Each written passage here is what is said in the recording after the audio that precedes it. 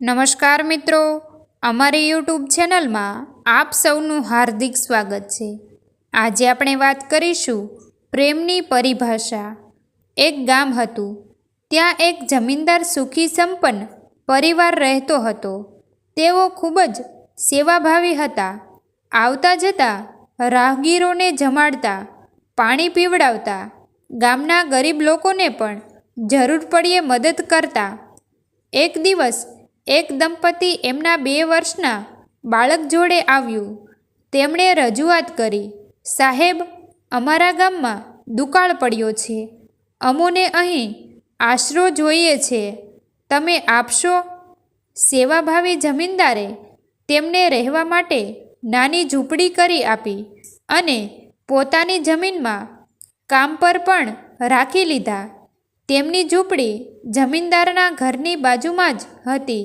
થોડા સમય પછી જમીનદારને ત્યાં એક સુંદર દીકરીનો જન્મ થયો। સમય વીતતો ગયો। જમીનદારની દીકરી અને ગરીબ દંપતીનો દીકરો સાથે રમતા અને સાથે જ ગામની શાળાએ જતા। ગરીબ કામદાર દંપતીના બાળકની ભણવાની સગવડ પણ જમીનદારે કરી આપી હતી। દંપતી ખૂબ જ ખુશ હતું। છોકરો પણ ભણવામાં હોશિયાર હતો। છોકરાનું નામ કિશન હતું। જમીનદારની દીકરીનું નામ કામિની હતું।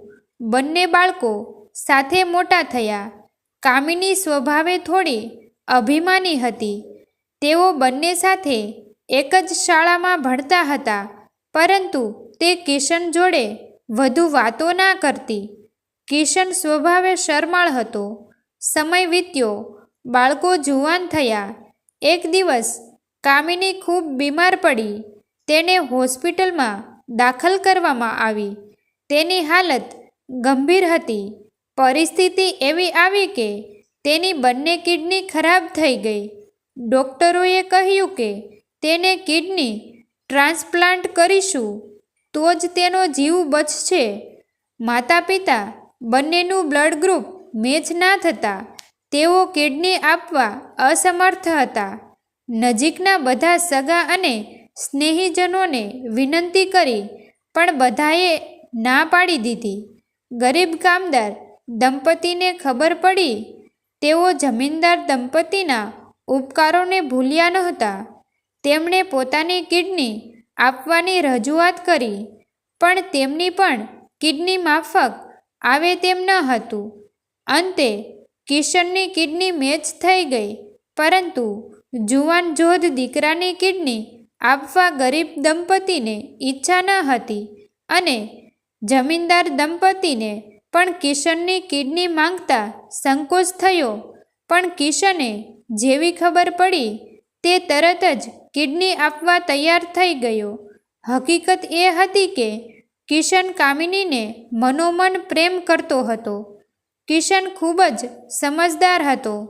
તેણે જમીનદાર સાહેબને વિનંતી કરી કે હું મારી કિડનીની કામિનીને આપીશ, પણ એક શરતે, તમારે એને કદી નહીં કહેવાનું કે મેં તેને મારી એક કિડની આપેલ છે। જમીનદારે આશ્ચર્યચકિત થતાં કારણ પૂછ્યું તો કિશન બોલ્યો, સાહેબ, તમારા પરિવારના મારા પર અને મારા પરિવાર પર અગણિત ઉપકાર છે। હું તમારા પરિવાર માટે જેટલું કરું એટલું ઓછું છે અને હું નથી ઈચ્છતો કે કામિનીને કદી એવું લાગે કે તે મારા જેવા ગરીબના ઉપકાર તળે દબાયેલી છે। જમીનદાર કિશનની સમજદારી જોઈને અવાક થઈ ગયા અને તેનો ખૂબ આભાર માન્યો। કામિનીને કિડની મળતા તે ધીમે ધીમે સાજી થઈ ગઈ। કિશન ભણવામાં હોશિયાર હતો, તેથી તેને મેડિકલ કોલેજમાં એડમિશન મળી ગયું। તેને ભણવા માટે બહારગામ જવાનું થયું, પરંતુ તેનો કામિની માટે પ્રેમ ઓછો ના થયો, પણ વધી ગયો। પણ તે કદી પણ કામિનીને કહી ના શક્યો। તેનું કારણ એ પણ હતું કે કામિની તેને કદી પણ એવી દૃષ્ટિથી ના જોતી, બસ થોડી વ્યવહાર પૂરતી વાતો કરતી।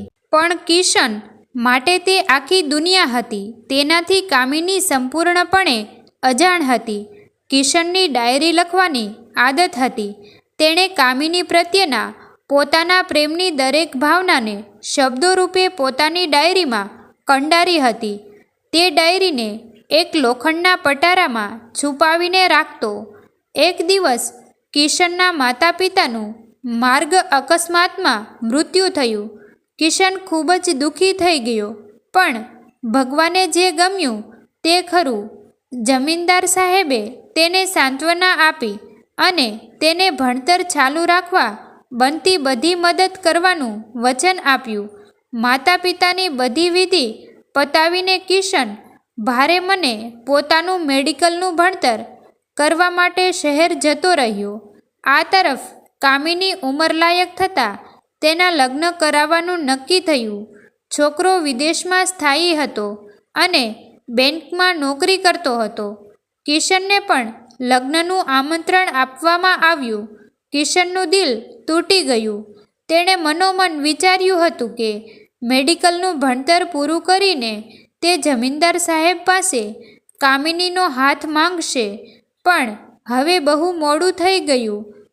કામિની વિદેશ જવાનું હોવાથી ખૂબ જ ખુશ હતી અને તેને છોકરો પણ ખૂબ જ પસંદ આવ્યો હતો, પણ તે એક અનહદ પ્રેમ કરવાવાળાથી હજી પણ અજાણ હતી. કામિનીના લગ્ન થઈ ગયા. તેની વિદાય થઈ ગઈ. જમીનદાર દંપતીની સાથે કિશન પણ ખૂબ રડ્યો. તેણે ડાયરી લખવાની બંધ કરી દીધી. ડાયરીવાળો પટારો ત્યાં જ રાખીને તે ઘર બંધ કરીને ભારે હૈયે ચાલ્યો ગયો. સમય જતાં કિશન ડૉક્ટર બની ગયો. જમીનદાર સાહેબને ફોન પર ખબર પૂછી લેતો, બાકી ગામડે જવાનું તે ટાળતો. સમય વીતતો ગયો. જમીનદાર દંપતી ઘરડું થયું અને એક દિવસ જમીનદાર સાહેબને હાર્ટ એટેક આવ્યો. કિશન મારતી ગાડીએ આવી ચડ્યો અને તાબડતોબ તેમને સારી હોસ્પિટલમાં દાખલ કરાવ્યા ને પોતાની દેખરેખ હેઠળ સારવાર શરૂ કરાવી. તેમનું સ્વાસ્થ્ય થોડું સુધર્યું. કામિની પણ તેના પતિ જોડે વિદેશથી આવી પહોંચી.